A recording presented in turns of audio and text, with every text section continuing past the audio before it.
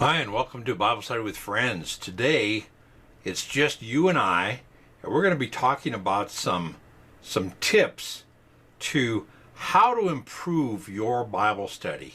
It's the goal of our channel to help show and grow a passion for studying God's Word, for you studying your Bible. And today, we're going to be talking about things that you can do to improve your time in the Word, to improve your Bible study. We'll get into that right after this.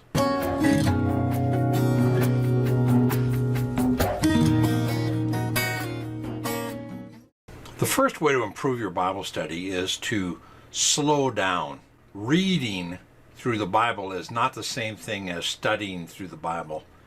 One of the problems I have with reading through the Bible in 1 year programs is that you have to rush. You've got to get through 3 chapters in the Old Testament, 3 chapters in the New Testament, and you're rushing through just to finish your reading assignment for the day. Bible study is different. Bible study, you have to slow down to get to know the content. You know, if we were driving on an interstate highway through your home state, and we said we're going to go through that state from north to south on an interstate highway, and we're going to stay at 75 miles an hour through the whole thing. Could we really say at the end that we had gotten to know your state, that we had really visited your state? No. So the idea is to slow down, take some side roads, stop, talk to some locals. When you're in a Bible study, it's the same thing. We need to slow down. Be willing to spend an entire Bible study in one verse, or even with one word, and slow down and let that word really soak in. So slow down is the first hint. The second hint is to use some basic tools. You know, when you're digging for gold, you don't just wait for the gold to be sitting on top of the ground and that's enough. You want to dig and follow those veins of gold, and that means you have to use some tools. So let me recommend some very basic, good digging tools for your Bible study. The first is a good study Bible. I've got a video on that, and you can go and find that in my playlist under tips. What makes a good study Bible? And there are a number of things. Good cross references that help you, wide margins that give you room to make some notes. Also some translation notes that'll help you with what Greek words mean and what verses are in the original manuscripts, the oldest manuscripts, and which aren't. 2 really good translations are the New American Standard and the English Standard Version. I recommend those 2 as they're very close to the original languages, and they really try to stay true to those original languages. The New American Standard or the ESV Inductive Study Bible is one that I highly recommend. Now, for some of these tools, you can go online.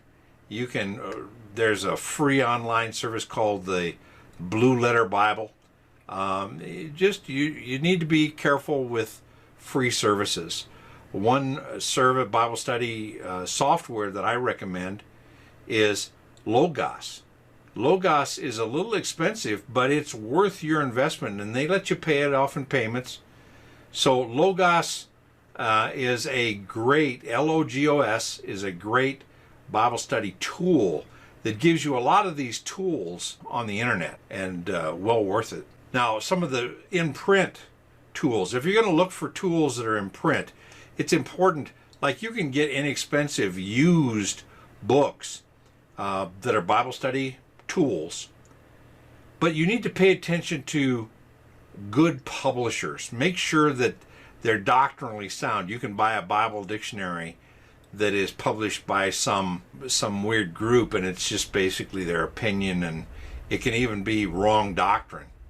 So you need to stick with good publishers like Zondervan, Nelson, Baker, some of these good, solid Harvest House is a good one. Now, the first regular tool that I recommend is a Merriam-Webster's dictionary. A lot of times you can find some great Bible truths just by looking it up in a dictionary, what that word means. And a lot of times we think a word means something when it really doesn't. And we look it up. And I recommend the Merriam-Webster's dictionary. Webster was a believer, and a lot of the definitions are very scripturally sound definitions, so I recommend that. Another tool is a Bible handbook, and this kind of gives you an overview of what every book is about, who wrote it, when they wrote it, roughly what the book is about, kind of a 30,000-foot view of the book. And that gives you some background when you're starting to study a book. Another recommended tool is the Bible Atlas, and this helps you with where places are. If I want to know about Bethany and I want to know about Bethany beyond the Jordan, those are two different places. And a Bible Atlas will help me in that Bible study know where I'm talking about. Or if Jesus is in Caesarea Philippi, way up north above the Sea of Galilee, or he's in Judea down by Jerusalem, it's good to have a Bible Atlas to help me know where he is at when he's ministering, and that'll help me in my Bible study. Another great tool is a Bible dictionary. Now, there are dictionaries, Merriam-Webster's is a good dictionary, but there's also Bible dictionaries, and Bible dictionaries will give you a more biblical definition, and very often they will give you cross-references that you can study. So if you're looking up a word like love, you can go to a Bible dictionary and get a good, solid Bible definition, along with some cross-references and verses that you can look up along with that.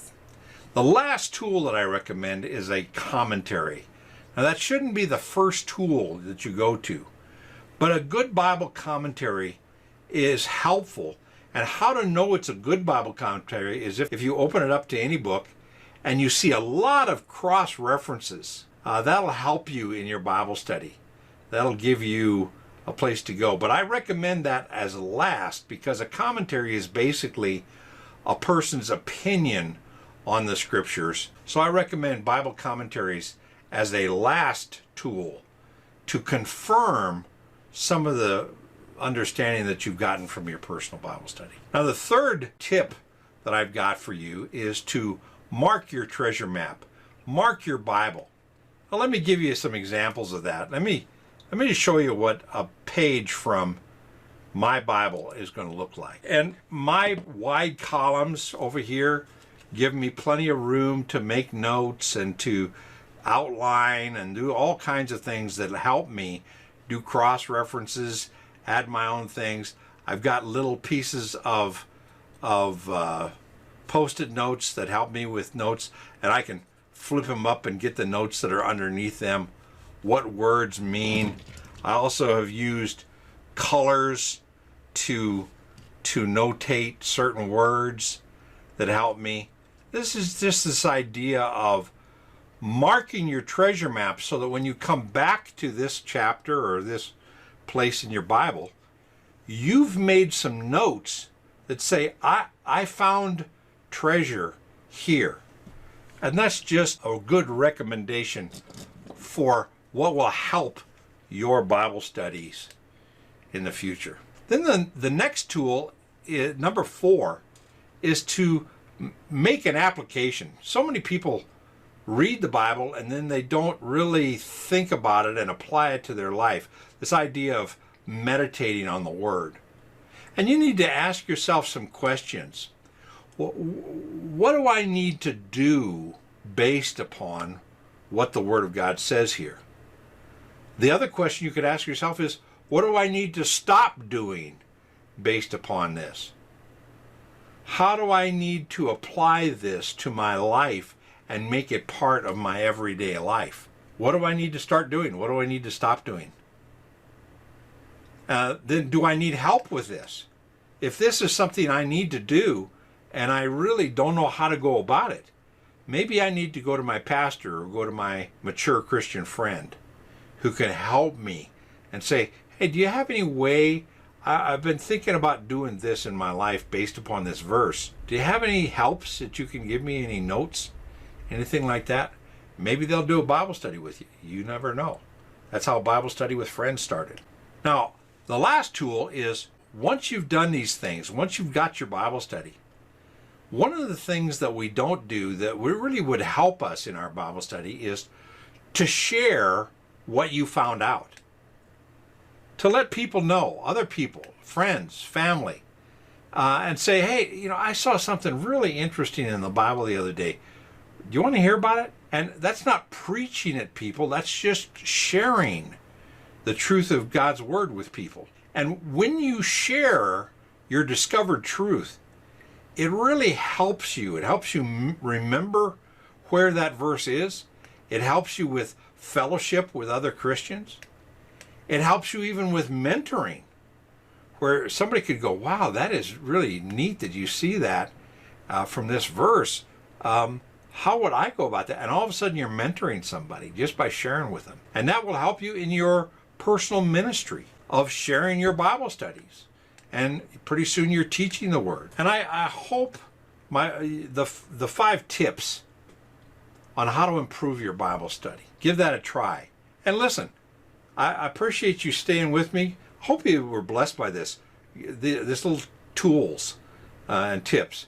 Give us a comment. I'd love to hear your comments on these tools and on how that could help your Bible study. Perhaps you've put these tools into effect, or perhaps you have a favorite Bible study tool that's really helped you in your personal Bible study.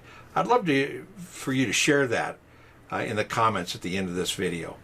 And in the meantime, watch for playlists on Bible studies in books, like Bible studies in the book of Mark, or in Habakkuk, or in Malachi, or in Colossians. I've got all kinds of Bible studies with friends in those places, and I hope you take advantage of them and join us for Bible study with friends.